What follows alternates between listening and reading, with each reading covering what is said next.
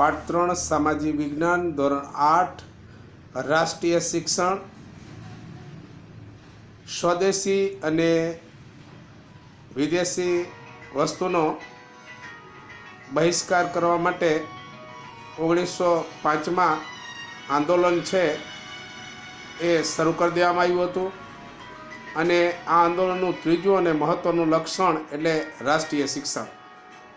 બંગભંગ એટલે બંગાળા, ભંગ એટલે ભાગલાની ચળવળની અંદર ઘણા બધા વિદ્યાર્થીઓએ પણ આગળ પડતો ભાગ લીધો હતો અને આ વિદ્યાર્થીઓ છે એને સામૂહિક રીતે સ્કૂલમાંથી કાઢી અને શાળા કોલેજોમાંથી એના નામ છે એ કમી કરવામાં આવ્યા હતા અને આવા આકરા પગલાં ભરતા શિક્ષણ ક્ષેત્રે કોઈ પણ વિકલ્પ ન હોવાથી આપણા દેશની અંદર આવા વિદ્યાર્થીઓ છે એનો વિદ્યાભ્યાસ ન બગડે એટલા માટે રાષ્ટ્રીય શાળાઓ શરૂ કરવામાં આવી હતી. બંગાળમાં 1907ની અંદર 25 રાષ્ટ્રીય માધ્યમિક શાળાઓ અને 300 રાષ્ટ્રીય પ્રાથમિક શાળાઓ શરૂ કરવામાં આવી હતી.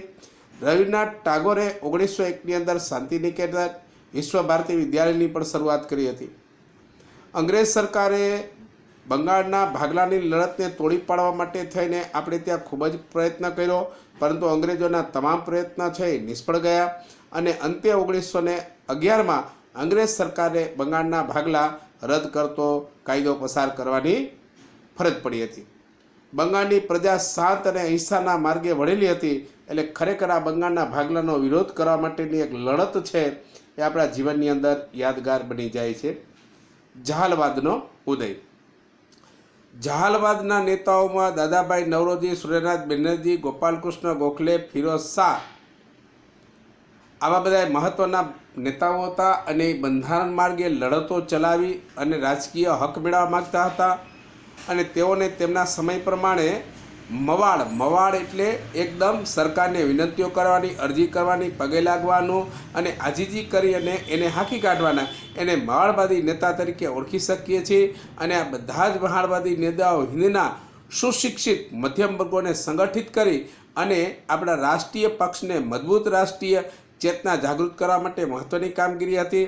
તેમણે સ્વરાજ્ય, સમાનતા, લોકશાહી અને સ્વતંત્રતાના વિચારોનું ભારતીય પ્રજાની અંદર માર્ગદર્શન આપ્યું હતું અને તેઓની કામગીરીના પરિણામે જાગૃત થયેલા હિન્દના યુવા વર્ગ ઉત્સાહી અને આક્રમણ બની ગયા હતા, જેને કારણે થઈને લોકોની અંદર આત્મવિશ્વાસની ભાવના જાગૃત થયેલી હતી. એટલે મવાડ નીતિને બદલે આક્રમક નીતિ અખત્યાર કરવાની પણ રજૂઆત કરવામાં આવેલી હતી. પછી માળવાદી નેતાઓના મતથી વિરુદ્ધ એવા લોકો લાલ, બાલ અને પાલની ત્રિપુટી. લાલ એટલે લાલા લજપતરાય, બાળ એટલે બાળ ગંગાધર તિલક, પાલ એટલે બિપિનચંદ્ર પાલની ત્રિપુટીઓએ હરેમેશને માટે કામગીરી કરેલી હતી.